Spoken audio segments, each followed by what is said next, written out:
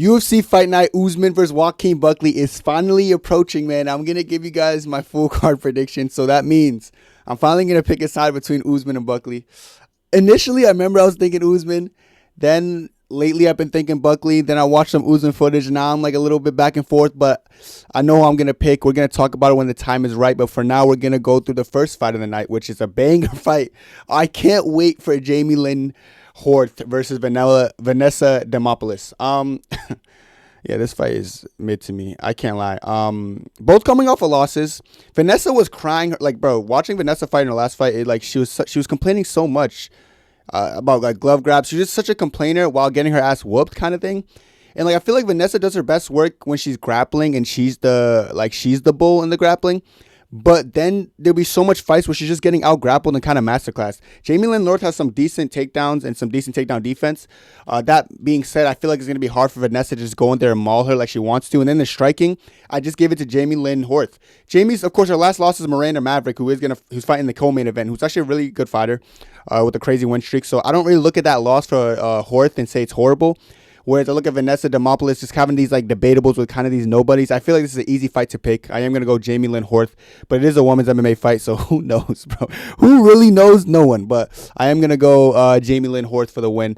Vanessa just doesn't have any tools that are too significant to a point where I'd make her the victor in this fight. So I'm going to go Lynn Horth beating Demopoulos. So no Demopoulos jumping into DC Arms for the celebration. All right, next up, Phil Rowe versus Ange Rusa, the Congolian.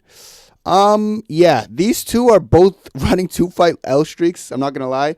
At least Luca lost to I believe it was Gabriel Bonfim, one of the Bonfim brothers, which is not a bad loss, you know. Yeah, and then Phil Rowe is just like, I think it was Jake Matthews who beat him in the last fight. Kind of looked good in that fight when he beat up Phil. Phil didn't show anything great. Phil has good striking. He's long and rangy. So I can see that being a problem from Luca, but Phil has also been susceptible to takedowns. And the problem with being susceptible to takedowns against Luca is that he might just maul you the whole fight. But if Phil can use his distance and use his strikes, he'll be looking really good in this fight. But it's just his takedown defense. That's the thing that's like upsetting for me. Like it makes it hard to lean him. The odds aren't available, but you know, I think it's either going to be Phil Rowe using his striking and his dynamic movement to outpoint Luca. Because Luca, one thing about him, when he's getting tagged up at range, he's almost sometimes hesitant to engage. But if Luca could just weather the storm, get in close, and like start to use his grappling, it could be interesting. But it's hard. It's always hard. Like 6'3" to 5'10" is a big height. It's a big height gap, man, and a big reach gap to make up for. So it's gonna come down to Luca's game. My gut's telling me to lean Luca, just because he's a marauder at times. But like sometimes he's too hesitant. And I feel like someone like Phil could use that length pretty well. 50-50 fight for me, man. I'll be real, guys. 50-50 fight. I don't really know which side I want to lean. My gut's telling me Luca, because his grappling and wrestling could be problematic for Phil, who might just get mauled while trying to use the distance. But if Phil could use the distance, you know, he could catch him with a shot that could even hurt Luca, you know, or put him away. Luca did have that fight with Brian Battle, who's a pretty lanky guy to some extent, and then like the whole eye poke situation happened. But before that, Battle was beating him up. Man, Phil, man, his 50% takedown defense is gonna be tested. But I think, even though my gut's telling me Luca, I think I'm gonna have to go Phil Rowe. I don't know. It's a hard fight to go. I think I'm going Phil Rowe because I feel like if he uses his length appropriately, he'll land some good strikes. You know. It's just, but is he gonna, you know what? My thing is he gonna be as active? Is he gonna be active enough? I'm gonna go Luca. I just switched. I'm gonna follow my gut, actually. I was gonna go Rowe, but I'm gonna go Luca. I trust my gut. He's gonna use the forward pressure and the clinching. All right, next up, Ricky Simone and Charles Jordane. Simone's a dog. I remember his fight with Batista. That was like an interesting fight because Batista kind of showed Ricky Simone was like able to be beaten. But before that, Ricky Simone was kind of looking like really good. Like he looked like a crazy prospect. He's coming off a win. Both guys are coming off a win. Charles Jordane, if he could get you in a submissions point, like he looked really good. Jordane's striking is kind of to me at points. Like it depends. Like his striking is so on and off. He never really has consistent fights where his striking looks like tier 1. but he's good when he wants to be good. You know, Ricky's going to be giving up a lot of height in this fight because he's 5'6". Jordane's like 5'9", but still. I think Ricky Simone's a little bit more complete than Jordane, in my opinion, which is why my gut's telling me Ricky Simone. I think he's going to be a little bit too much in the striking, and then when he uses his grappling, he's going to be problematic because Jordane can be complacent on his back trying to go for submissions, and that might not be to his benefit against a Ricky Simone. So I'm going to go Ricky Simone. I think he's just overall more complete, and I feel like Jordane's going to get that takedown defense tested, dude. I just don't think he's not gonna stuff all these takedowns like roses and bubbles. So I'm going Ricky Simone for this fight, and I'm fairly confident in it. Next up, Cody Durden versus Jose Ocheo. I don't know if I'm saying that even right. Listen, Jose, like his first fight, he was undefeated until his first fight in the UFC. And that's when he lost, but it was against Kavanaugh, who's looking pretty good. Lonel Kavanaugh looks good. So I look at that loss. It was by UD, but it was a pretty good fight because it was back and forth in the striking. Cody Durden is coming off a loss, but he's just more experienced. Like, he's been in the game a lot longer. He's went against a lot more different styles. So I can't take too much from Jose just for losing to Kavanaugh, who's like really good and still undefeated in the UFC. The odds aren't available for this one. This one's hard because it's like veteran versus fucking, I don't know, dog. Like, it's just it's a hard fight to pick for, man. I feel like for whatever reason, I want to lean Durden because he's a little bit more experienced. But the young blood of Jose, I think, could thrive in this fight. So I'm gonna have to go Jose Ochoa. Like I said, Kavanaugh's a dog, and he went to a pretty good war with Kavanaugh, so I'm gonna go Jose. It's gonna come down to some aspects. Maybe if Cody Durden could take him down and hold him there, but we'll see Kavanaugh's takedown defense because so far he hasn't been taken down. But that's just because he really had one fight in the UFC. So we'll have to see. I think I'm gonna trust Jose Oche for this one, but like I said, it's a close fight. I don't even know, man. I don't know because if Durden's just shooting and scoring, it'll be problematic. It's gonna be really problematic, but. They're both coming off of losses, so it's just hard to gauge. This is actually low-key a hard card sometimes to predict on. This card's not. It's like either it's like obvious picks or like this 50-50 picks like this. This is a 50-50 pick. Man, I think I'm going to go Jose, though. Let's see if Durden can get him down, but I'm going Jose Ocha because I feel like strike is going to be too much. Now, this one's an interesting one because Malcolm Wellmaker has power in his hands, but he's going against Chris Moutinho, who gave Sugar who took a beating from Sugar but never got knocked out. Chris is on a crazy win streak, too, since losing to Sugar. And in other promotion, you guys know how I feel about other promotions now coming to the UFC. You know, brother, these guys aren't the same level. So I'm not really surprised that Chris went on that crazy win streak. He's still tough, but he has even watching some of his win streaks, like he had nothing crazy, blooming. Like he just looked like an average fighter. He still looked good, but Malcolm Wellmaker has power in his hands. I haven't seen much fight time from him in the UFC because he kind of puts people away quick. But my thing is, if Malcolm can't knock him out, because Chris does have a good chin, like, how's Wellmaker going to do in the later rounds against Chris if you just try to dog walk him and just bite down his mouthpiece? I don't know, but like I said, if Wellmaker knocks him out, it's going to show that Sugar's power might be a little bit overrated. But I do think Wellmaker by KO or points. I don't know the odds for this. It's not going to be available, but I'm going to go Malcolm Wellmaker. Chris is riding win streak. I'm not going to just pick him off of the win streak out the UFC promotion. If the last couple of fights in the UFC that's from other people from different promotions shown us anything, is that these people from other promotions, they can win against these people who aren't UFC level. Welcome back to the UFC against Malcolm Wellmaker, who's 9-0. You're not going to beat him, in my opinion. No offense to Chris Moutinho, but I'm going Malcolm Wellmaker. Next up, this is one of those easy fights I talk about. Michael Chiesa versus Court McGee, both coming off of wins. McGee did not look great in his win, but he just out-old manned his other opposition. While Michael Chiesa is like low-key starting to come back to form. He's still old. This is a battle of the older men, but I feel like Michael Chiesa with the submission threat and his striking looking okay at moments, I feel like it'll be enough to get him a win. So I'm going Michael Chiesa. I think it's a fairly easy pick. Don't know the odds, but I have a good hope in Michael Chiesa beating Court McGee. Okay, it says odds right here, -360. So yeah, I'm going Michael Chiesa there. Another pick I feel like it's not hard to pick is Paul Craig. Ain't alive, son. You get me, bro. Ain't alive, son. That's fluke. Doesn't count over here, brother. Not on this channel, versus Rodolfo Bellato. Bellato's a dog. Bellato's huge and he hits like a truck. Paul Craig's fight against Bo Nickal is actually so embarrassing for Paul Craig Because, like, looking back at that fight, both guys have no killer instinct, but Paul Craig was getting tagged up on the feet a lot by Bo Nickel. Nickel just didn't even have, like, any capabilities to attack the finish. Of course, the decision maker is going to be the grappling BJJ, but it won't be enough to survive Bellato. Bellato, if he hits him once, I think Bellato's going to chin him. I got Bellato by KO or points. KO by Bellato is definitely very high, in my opinion. He just has crazy power, but you never know. Paul Craig, if he gets cinched up a submission, he wins, but I do not think that's going to happen, so I got Rodolfo Bellato winning. This fight's interesting. Alonzo Manningfield, he's gonna have to veteran check Umar Sy. Do I think he's gonna veteran check him?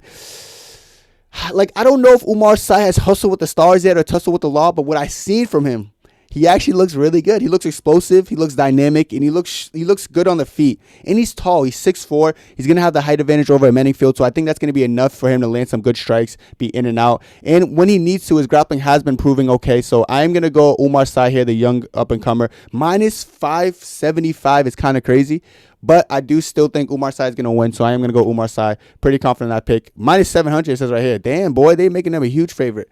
But, yeah, I do think Umar Sy is going to win. All right. You know, Abdul Malik reminds me of Umar Sy. I don't know if I'm racist, but bro said racist. Something about them remind me of each other. Maybe it's because they're both lanky, like, good strikers to an extent. But Abdul Malik is going against Cody Brutnage. Why do they put Cody Brutnage against some of these dogs, man?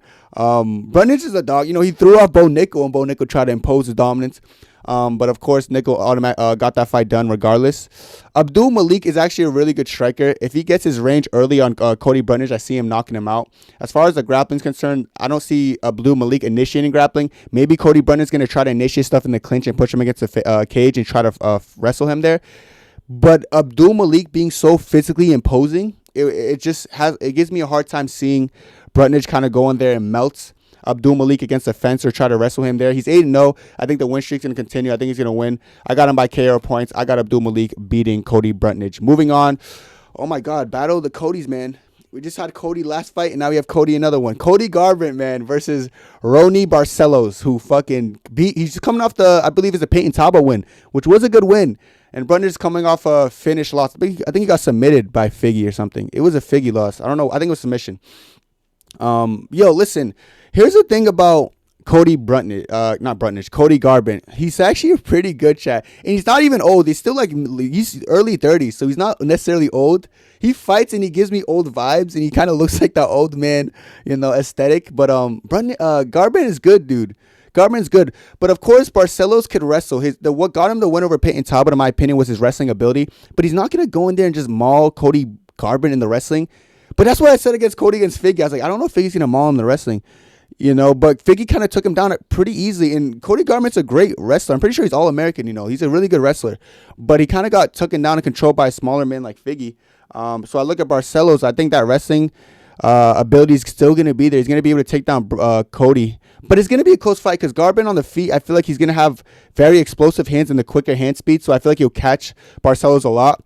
But I feel like Cody Brutnage, bro keeps saying Brutnage. I feel like Cody Garbin mentally might not be in the best place to continue his fighting career in a sense. Like, I feel like he's just been getting knocked out too much and getting, beat up by submission and just embarrassed a little bit too much. I feel like mentality goes a lot into this. When Cody Garbin believed he was the best in the world, Cody Garbin was the best in the world. But I don't know if he believes it anymore. And now he's going against Barcelos, who's coming off the momentum of just being a Peyton Taba hype show. So I'm sure Barcelos believes he's the man now. I think Barcelos is going to beat Cody Garbin. It's going to be a close fight. I don't know the odds. Probably pick him, honestly, but I'm going to go Barcelos. Okay, minus 180, Barcelos. Okay, it'll be close. Okay, next fight, we got Edmund Shabbazian versus Andre Petroski. It's funny about this fight is because, Petroski's been riding, a good win streak, I believe. He's been looking good. He's been looking solid. Has heavy low kicks. He's so physically strong. And Edmund Shabbazian's so hit or miss lately. I feel like he had really good hype coming into the UFC. He was the next big thing. Then he goes through some losses, kind of goes through some dry spells. And then he's coming off a win, coming off some good momentum, an early finish last fight. I do think Edmund Shabbazian's starting to come back into himself and believe how good he is. He's going to have the slight reach and height advantage, 6'2" to 6 feet against Petroski. But Petroski's been proving me wrong, dude. He's been going in every fight and winning lately. This might be another case of that. But Shabbazian's such a vet. Shabbazian's just a marauder, too. It's a marauder versus a marauder. The thing about Petroski, he doesn't really look special anywhere, but he's so above average everywhere, So it's going to make for a competitive fight. I don't know if my head's telling me Shabbazian, but my gut's telling me Petroski. Because Petroski just finds ways, man. That heavy low kick style. He's just a fighter, isn't he? But man, this is close, I can even see Petroski knocking him out, It's going to be a close fight. They say the odds for Edmund Shabbazian knocking him out is a lot higher. But if Shabbazian doesn't get the finish, I don't know what's going to happen. In the low kicks, if Petroski could slow down Edmund. Yeah, close fight. But, I'm gonna go Edmund Shabbazian for the win. I'm going to go Edmund Shabbazian by KO points. If Edmund Shabbazian can catch him early, it'd be good. But if he can't, it'd be a long night for Edmund. Co-main event of the evening, Miranda Maverick and Rose Namajunas. Namajunas coming off the Blanchfield loss, which is actually not bad. I don't think he's a bad person to lose to. Blanchfield was really good. Her only loss in recent time was who just fought. It was who just fought how am I forgetting her name? The fucking huge ass French girl. Firat. That's the only person Blanchfield lost anytime soon. And the fact that Rose Namajunas Blanchfield was pretty close. It was just Namajunas' lack of activity. Feel like it cost her that fight against Blanchfield. I think she should know not to be inactive against Miranda Maverick, who is running a good win streak. But I really look at Miranda Maverick's footage. I don't see anything spectacular or special about her. I feel like Namajunas is going to use her stick and move style just to outpoint her. Maverick giving up a lot of, not being 5'3" is just, not the best thing. Her reach is, similar to Namajunas, but being 5'3" against Namajunas, she might stick and move really well. As far as the grappling is concerned, Namajunas has pretty good defensive grappling when needed. And then Maverick's offensive wrestling isn't all that. I feel like it's going to be a primary striking fight. I feel like Maverick's going to need to mix in some clinch if anyone needs to, but I don't think it's going to be enough. I know Maverick's riding the crazy win streak. Namajunas kind of been on and off lately, but I am going to go Namajunas for this win. Might be a bad pick, but I am going to go Namajunas. I just feel like she's a little bit more experienced in this thing, and she is the favorite, which kind of surprised me. She's a minus 258 favorite. I almost don't understand that to an extent, but it is what it is. Now we're here for the main event of the evening, man, and I've been going back and forth about this fight night prediction, all right? 1 second is Usman, next second is Buckley. Next second is back to Usman, next second, you know what I'm saying, back to Buckley. Listen. Buckley is coming off a win against Colby Covington. Buckley has been beating up these older guys. Buckley, I will say, I do think to an extent he's a little bit overrated, but he's not bad. I see people saying, dude, he beat fucking Wonderboy, he beat Kobe, he's the next big thing. Those guys are veterans, they're crazy. I don't think Kobe now is at his best. I don't think he's that good anymore. Wonderboy, he's 42, but he's still good. He moves well. The Wonderboy win was pretty good. He had to get the knockout. It was 1-1 going into the third. The third round looks like Wonderboy was tagging him up, going to get the decision win. And then Buckley just explodes into a fucking hook, Mike Tyson-ass style, and knocks him out. It's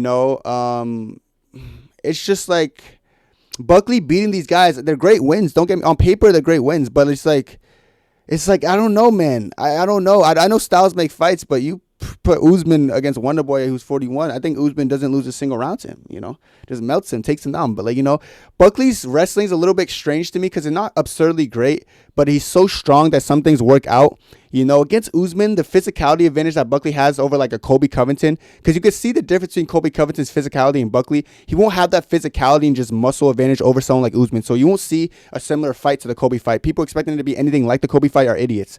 Usman's a lot better than Colby. I don't really need to explain why. They fought many times. But even physicality wise, Colby feared how strong Buckley was telegraphing his takedowns, getting stuffed based on power more than anything. Usman's entries with his takedowns will be a lot better than a Colby Covington. And Colby Covington snuck around on him, and Colby Covington was kind of building, but he got cut. He took a lot of damage.